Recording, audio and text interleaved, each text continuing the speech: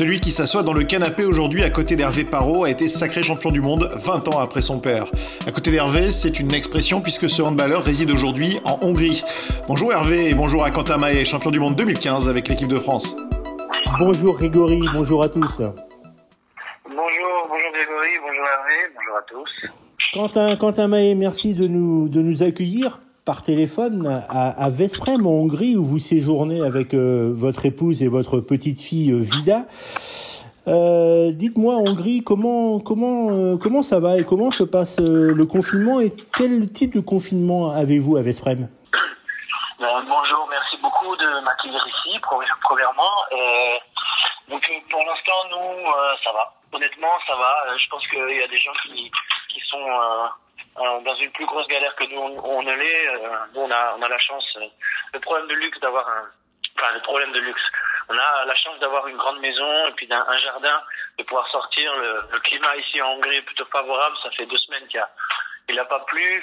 On est dans les 16-17 degrés, sans nuages pendant la journée. Donc voilà, je ne vous fais pas dire que ça va plutôt bien. Eh ben, tant mieux. Et donc, le confinement est aussi strict qu'en France ? Non, en effet, c'est pas le cas. Alors j'ai l'impression, en ayant suivi donc les news en France et puis en Allemagne grâce à ma compagne, il me semble que la Hongrie a un assez gros temps pas d'avance justement, de retard sur ce qu'on peut lire, ce qui se passe en France et en Allemagne. C'est-à-dire qu'ici il y a salut Vida, ouais.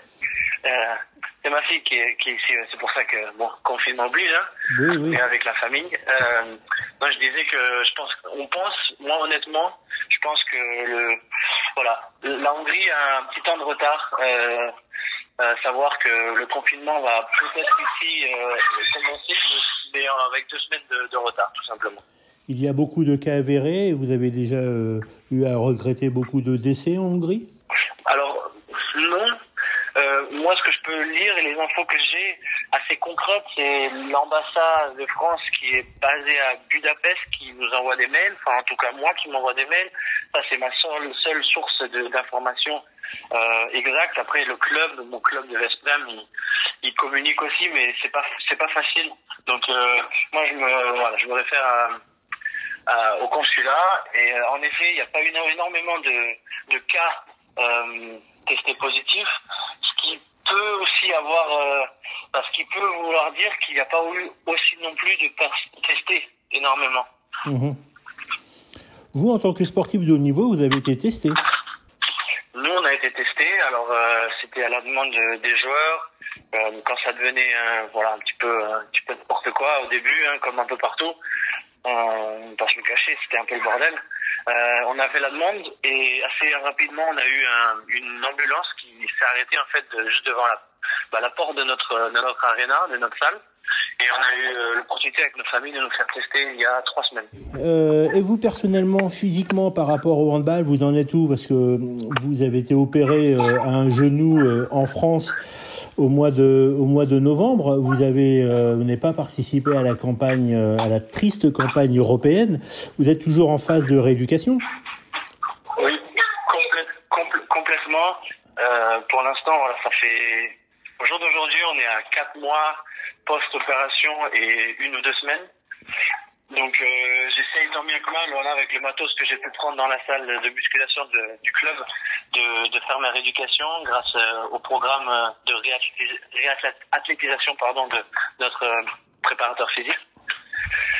Donc voilà, j'ai pas eu de soins de kiné, disons, depuis 3 semaines. Ça me manque énormément. Mais voilà, c'est franchement par rapport à ce que les gens peuvent vivre en ce moment, il y a bien plus pire, on va dire. Ouais. Vous envisagez un retour sur le terrain à quel moment? D'ailleurs, est-ce que la saison handball est interrompue naturellement en Hongrie? Oui, elle est interrompue. Maintenant, est-ce qu'elle va être suspendue? Enfin, elle est suspendue. Est-ce qu'elle va être interrompue complètement? Définitivement, on n'est pas sûr. Pour l'instant, on est encore dans l'attente des nouvelles. Donc normalement, le 11 avril, on aura plus d'informations. Comme en France d'ailleurs, où la LNH n'a pas encore annoncé la fin de la saison. Du coup, et de façon très personnelle, le report des JO est plutôt une bonne affaire pour vous. Encore faut-il que la France se qualifie. Bah écoutez, d'abord voilà, c'est ça. D'abord il faut se qualifier pour parler de JO. Après, oui, honnêtement, si voilà, je vous parle d'une manière égoïste, vu de mon point de vue, c'est forcément le temps qui m'est offert pour la réduc est bien plus important maintenant qu'il n'était avant. Ça m'enlève un peu de pression pour la rééducation. Sinon, vous aviez programmé une récupération un petit peu plus intensive. Si les JO avaient eu lieu normalement au mois de juillet, vous auriez toujours, en cas d'une qualification d'un succès au TQO, vous auriez pu participer, être opérationnel là sur une grosse compétition en juillet. Oui, j'espérais fortement de me préparer jusqu'à d'ici là. Normalement, ma blessure et l'opération qui a suivi demandent un temps d'arrêt de compétition d'au moins 4 mois. Bon, normalement, c'est plus que 4 mois, ce que les docteurs et les médecins disaient. Moi, je pensais pouvoir être prêt pour les JO, honnêtement. Encore fallait-il se qualifier, comme vous dites tout à l'heure. Maintenant, oui, moi je me serais préparé de la même manière. Le seul truc, c'est qu'il aurait fallu que je fasse des matchs de référence. Ça, c'était le seul souci que j'avais. Et puis voilà, le manque de temps aussi, avec la pression aussi d'être apte à faire, comme vous disiez, une compétition de haut niveau. Ça aussi, fallait le prendre en compte. Oui, parce que on n'arrive pas comme ça au JO avec 0 match sur les 5 derniers mois précédents. C'est ça. Du coup, quel contact avez-vous avec vos joueurs, avec vos équipiers, je veux dire, avec le club? Alors, avec les coéquipiers de l'équipe de France, je suis, on va dire, en contact avec Lucas, Mathieu Gréby, Lucas Carvatich, Mathieu Gréby, de temps en temps avec Titi Omeyer aussi. On se lance des challenges, puis on essaie d'échanger comme ça. Quel type de challenge? Ça va c'est des challenges plus sportifs, on va dire, avec le matos qu'on a à la maison. On essaie de se lancer des challenges de corde à sauter, de gainage, toutes ces choses-là, quoi. Tout le temps, dans les réseaux sociaux, en utilisant les réseaux sociaux. Puis même, on essaie de prendre des nouvelles. Les coéquipiers ici à Vesprem, comme on s'est pas encore vu depuis 3 semaines, on essaie de rester aussi, grâce aux réseaux sociaux, connectés. Et comme Siraba Dembélé, la capitaine de l'équipe de France, qui nous avait accordé la semaine dernière une interview comme la vôtre, là, vous participez également à la mise aux enchères d'un de vos objets sportifs. Je crois savoir que vous chaussez du 44. J'ai pas de très grands pieds, pas comme mon père, effectivement. Oui, bon, je chausse du 45, mais en Adidas du 44. D'accord. Sur les chaussures de match. Mais c'est une action que j'aimerais souligner encore pour les hôpitaux de France, les hôpitaux de Paris.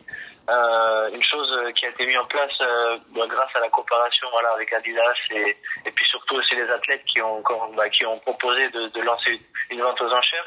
Puis après avec notre sponsor qui a mis ça en place, franchement c'est une belle action. C'est si je ne me trompe pas, la vente aux enchères prendra fin le 12 avril. Donc jusqu'à là, il faudra aller faire monter les prix pour une bonne cause. Et donc vous avez offert une paire de chaussures.